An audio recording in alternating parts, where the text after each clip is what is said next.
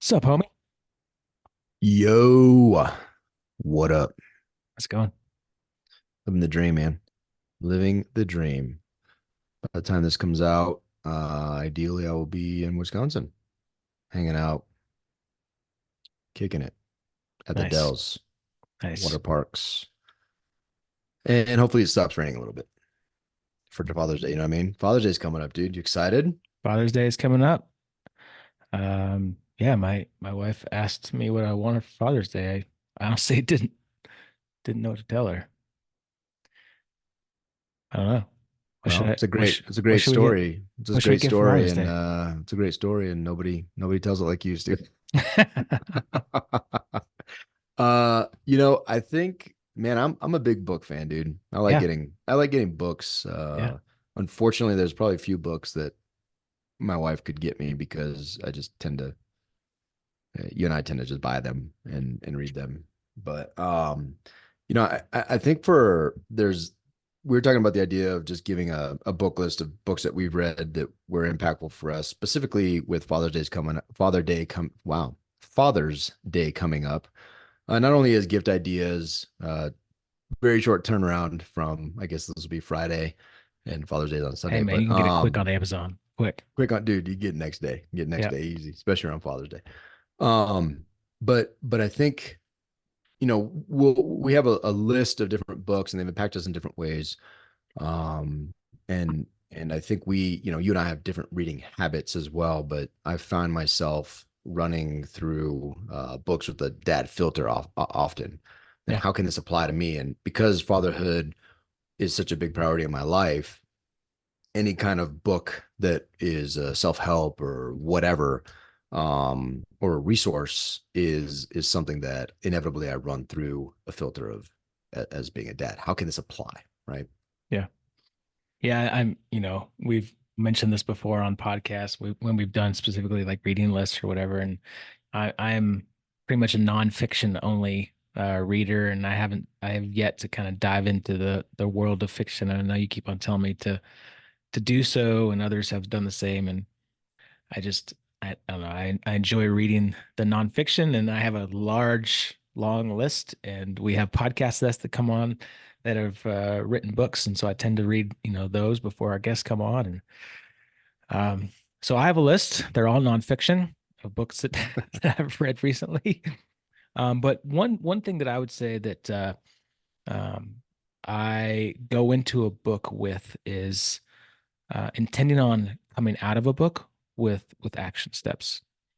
Like, no kidding, in that book, there are probably some little nuggets of information, things that I take away with, and then I go and do it. Like I put it into action, right? One, I heard so I can't remember who said it, but he said if you're going into a nonfiction book to read, like go into it with a pen, right? So like if it's a book that I own, man, I have a pen with me and I'm underlining, starring, circling, tabbing, taking notes. Oftentimes I'll have a notebook by it and I'll write down notes and go back through it and come up with, no kidding, stuff that I'm going to put and implement after reading this book. And so quite a few of these books that I intend on listing off on this podcast are books that have impacted me in a way that I'm now going and like changing how I do things, right? I don't know. Do you get that same type of thing from some of the fiction books that you've read? Yeah, man. The thing with fiction that I think that benefits everybody is it's a different part of the brain, Yeah. right? And I don't think reading necessarily, for me, always results in um doesn't always result in like a checklist of things to make me better. Like maybe there are things. Fiction opens up avenues of thought of things you wouldn't have thought about. Yeah. Like a great example, one of my books, there's a series of books called I don't know what the series, but it's William Forstchen, and I've mentioned this before, but it's like the 1 second after. Well, there's a series, right? It's like 1 second after, one day, 1 year, and I think the last book is 5 years after. And it it's about it's an attack on the United States, right? And it's all this stuff happens and chaos ensues. And it's not something I would normally think about. But from that book, there were thoughts about like, well, what would I like? How do I? How am I preparing my family? And not for like the end of the world necessarily, but even that line of thought takes me to places like, well, things that are extremely important to me, like eternity and my faith. Like, how am I preparing my kids for things? Like, am I a forward thinker, or am I just going from activity to activity to just get, you to soccer, you to football, like let's get dinner on the table. Okay, what's for breakfast tomorrow? Like what time? Like, I think we get in the ruts of those things, and we don't think about things like, hey, what am I doing every single day? A book like this puts my mind in the future. Well, what if something crazy happened? Okay, well, and you start moving more. I start moving more towards, well, at some point, no matter what it looks like, I'm going to die. It's almost assured. It's like 99% assured. My children are going to die. Like all these things are going to happen. Like, what do I think big picture like that? Do I think how I'm preparing my family? What are the most important things? And when you read a novel like that, all the important things that you think are important go away, right? Like they don't have Yeah. cell phones, they don't have cars, they don't have, like, they're down to like, this is my community. And so like even that, like even thinking about community, that kind of book gets me thinking about like, hey, what am I doing in my community? Like what kind of relationships am I fostering? Because a lot of these books deal with human nature. Mm. Like that's what they're really about, right? Whether they're nonfiction or fiction, the fiction books put you in a place where you can think of things that are not necessarily your reality and open your mind to some different ideas. And and a lot of times it could be really fun, right? It's just, these page turners, and they're fun books. But it helps your creativity, and also creativity, right? Like we're in the summertime right now. One of the big challenges that I have, how am I creative to keep my kids busy in the summer as a good dad who wants to be extremely present and make something memorable? Mm. That's a different part of the mind, Yeah. right? It's a different part of the mind. And so I think as we go through these books, to answer your question directly, I think they're all very important with the filter you put on. Like I've recently applied a different filter to some of the books that we're reading, like specifically Family Revision and The World Needs a Father. I'll tell you one thing that came from those books. I've started to realize how selfish I am Mm. and how much I pursue the things that are important to me. And what does that impact on my family? And that's opened a lot of different, like recently, last couple of weeks, I'm like really challenging my thoughts on these self-help books, not on the self-help books themselves, but is self-help the best thing you can be doing?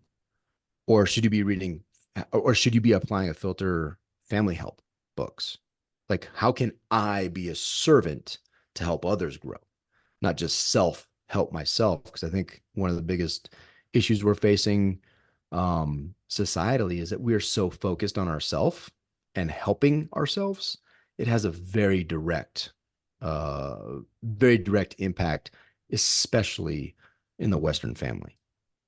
Yeah, both of those books are on my reading list, and both of the authors are coming on our podcast. One of the things that Cassie Carson said, who will be coming up next week, is value yourself, right? But love others. Value is very different than love. Like love is serving, like serving others, and I definitely think that that's something that you know men need to hear, dads, husbands need to hear is how can we value ourselves? How do we put an importance on our health, our mental health, our spiritual health, our physical health, things that we need to allow us to drive to move forward to be better men. But how do we show up and love others and serve others? I think those are very different. So those are two books at the top of my list for dads. For Father's Day reading list is The World Needs a Father. Fantastic book that I think every man should read. And then Family Revision by Jeremy Pryor. How do you show up differently and like look at it from the lens of leading your family, not just yourself? I think those are really two powerful books. Yeah, man. And I'll add a couple that were fun, but also just they got my mind going differently. I obviously mentioned the 5 years after, but that whole series I think is a great series. Who's the And author of then that? that guy's name is William Forstchen. Forstchen, I think that's how you say his name. Forstchen. Forstchen. Nice. Uh, and then I read Doc recently. It's about Doc Holliday. Oh, It nice. was kind of cool because it's like a historical fiction by Mary, what's her name? Mary Russell, I think is her name, Mary Doria Russell. And that book was, again, it was a fascinating read, but it just opened conversation with my kids because Doc Holliday, he died out here in Colorado, and we just happened to go after I read it. No plan to this, but we happened to go to Glenwood Springs, Hmm. which was where a lot of folks that were suffering tuberculosis went to a sanatorium that used to be open there, and that's where he died. Like that's where his grave is. I did not And, know that. and so, but again, there's a that enriched my experience, that enriched the conversation with my kids in a way that, like, I mean, I guess I could have read an autobiography or something of Doc, but it wasn't my attraction wasn't to the historical relevance of Doc Holliday. It was just, I think I watched Tombstone a few nights before or something. I don't know what it was, Yeah. but it just was fascinating to me. So I love historical fictions, and then I also I mentioned this in the past, but I think Lonesome Dove was just a fascinating read. Not only the book itself, but just the storytelling and the creativity and some just really good conversations with it. And it's funny how these things happen. My kids are interested in like history and Buffalo, and so it opened context for some of those conversations as well, because we have the armories by our house where there's buffalo wandering around, and it's just it's just fascinating to dive into some of these things, and fun, right? And you can invite your kids into, it's also modeling as a dad, modeling reading. Are you modeling reading, or are you modeling YouTube? Like what do Yeah. you value? What are you spending your time doing? So I think that there's some really important aspects of that. And I want to go back to the self-help thing. I think I never thought this is a thought that I this conversation is prompting, but it really has me challenging again. Where do we spend our time, and what are we reading? What's the intent? How many books are you going to spend focused on yourself?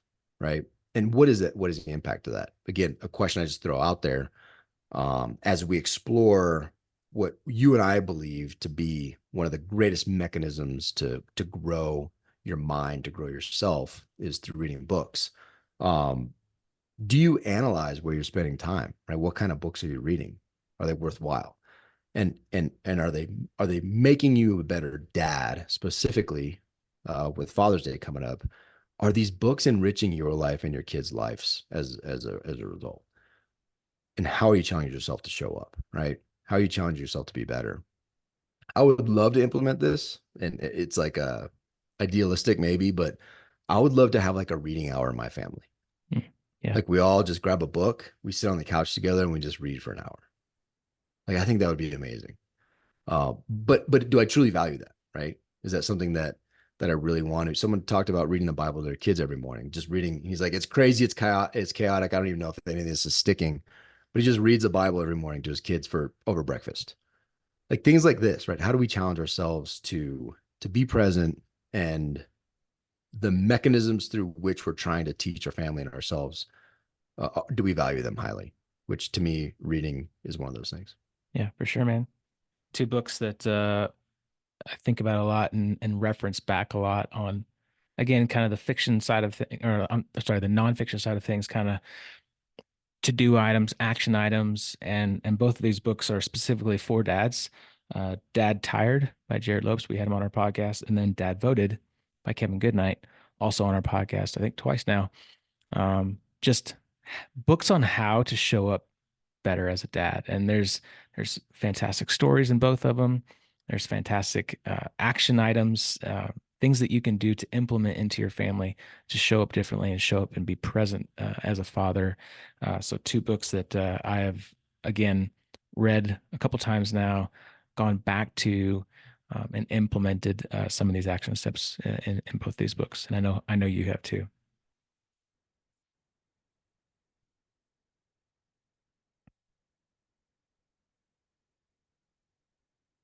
Um, two other two other books that came to mind for me were um, The Anxious Generation by Jonathan Haidt, and then Of Boys and Men by Russell Reeves. We had Russell on, or we had him on our podcast a few weeks ago, just talking about kind of the challenges that men are facing right now in this world. And then the Richard, anxious right?